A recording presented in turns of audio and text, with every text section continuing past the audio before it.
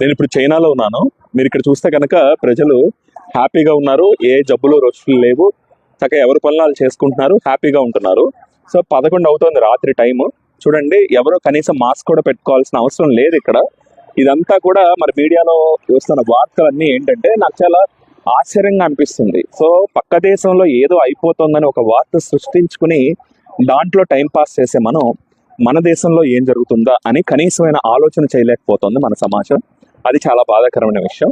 ఇక్కడ గడిచిన 1 సంవత్సరంగా మనం చూసుకున్నా కూడా ఒక 2 నెలలు ఒక రకంగా, 2 నెలలు ఒక రకంగా, 2 నెలలు ఒక రకంగా రకరకాలుగా ప్రజలు ఇబ్బంది పడుతున్నారు. కొన్నాళ్ళేమో కాళ్ళు వాసిపోయి రకరకాల జ్వరాలు వచ్చినాయి, కొన్నాళ్ళేమో డెంగ్యూ కాకుండా ప్లేట్లెట్లు పడిపోయినాయి, కొన్నాళ్ళేమో పెద్ద వయసు వాళ్ళందరికీ కూడా హార్ట్ వీక్ అయిపోయింది, సడన్ గా అలా చనిపోయారు. ఆ తర్వాత యంగ్స్టర్స్ కొంతమంది, సో వయసులో ఉన్న ఆడవాళ్ళు రక్తం చిక్కబడిపోయి సడన్ హార్ట్ అటాక్లు చచ్చిపోవడం, లేదా యంగ్స్టర్స్ ఒక మొన్న అక్టోబర్ సీజన్ లో చూసుకుంటే కనుక 1-2 నెలల పాటు యంగ్స్టర్స్ సడన్ గా హార్ట్ అటాక్లు చచ్చిపోవటం, ఇదంతా ఏదో లింక్ ఉంది.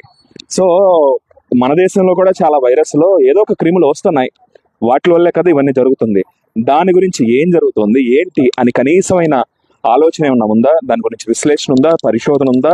దానికి ఏమైనా పరిష్కారాలు ఉన్నాయా? ప్రజారోగ్యం గురించి ఏమాత్రం కూడా ఏమీ లేకుండా మనం ఏంటయ్యా అంటే చైనాలో దాచేస్తున్నారు. సో ఇక్కడ అంతా సిస్టమ్ అంతా కూడా ఆర్గనైజర్ గా ఉంటుంది. ఇక్కడంతా సిస్టమ్ అంతా కూడా ఆర్గనైజర్ గా ఉంటుంది. ఎందుకంటే ఎవడు పడితే ఆడు ఇక్కడ వైద్యం చేయడు కదా. సో ప్రాక్టీస్ ఉన్న వాళ్ళే వైద్యం చేస్తారు. సో అన్ని మాక్సిమం గవర్నమెంట్ హాస్పిటల్సే ఉంటాయి. సో వాళ్ళ దగ్గర ఇన్ఫర్మేషన్ ఉంటుంది, లింక్స్ ఉంటాయి. సో తమాషాగా ఉండదన్నమాట. ఏం జరుగుతుంది అనేది వాళ్ళు మొత్తం కూడా డీటెయిల్స్ తెప్పిస్తారు. సో ఈ సీజన్ లో ఏ రకమైన నిమోనియాలు ఎన్ని వస్తున్నాయి ఏంటనేది వాళ్ళు పూర్తి వివరాలు తీసుకుంటారు. మనకు మళ్ళీ ఇట్లా వదిలేరు. వాళ్ళు ప్రజారోగ్యాన్ని గాలికి వదిలేశారు ఈ దేశం.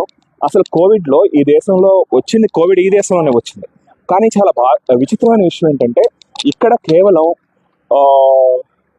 25-30 మంది మాత్రమే చనిపోయారు కరోనాతో. మన దేశంలో అఫీషియల్ గా 5 లక్షల మంది చనిపోయినా కూడా అన్అఫీషియల్ గా 50 లక్షల మంది చనిపోయి ఉంటారు. సో అసలు ఇంత స్థాయిలో చావులు జరిగితే దాని గురించి ఆలోచన లేదు.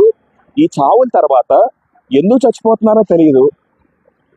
చిన్న వయసు వాళ్ళు ఎంత బాధ ఉంటుందండి. 25-30 ఏళ్ళ పిల్లలు లేదా ఒక 30-40 ఏళ్ళ ఆడవాళ్ళు హార్ట్ అటాక్ లో చచ్చిపోవటం ఏంటి? అంతకు ముందు చూసామా మనం?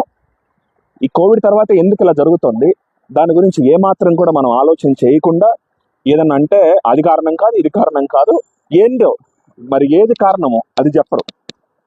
కారణం ఏంటనే చెప్పరు. 2 ఏళ్ల పాటు ఎక్సర్సైజ్ చేయమాకుండా ICMR చెప్పుద్ది. 2 ఏళ్ళు అయిపోయింది, మరి ఇప్పుడు ఏం చెప్తారు?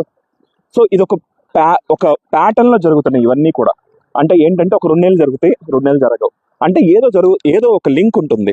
సో ఆ లింక్ ని ఎస్టాబ్లిష్ చేసుకునే కనీసమైన ఆలోచన మనం చేయట్లేదు. అసలు నేను ఇక్కడ చైనా రావడానికి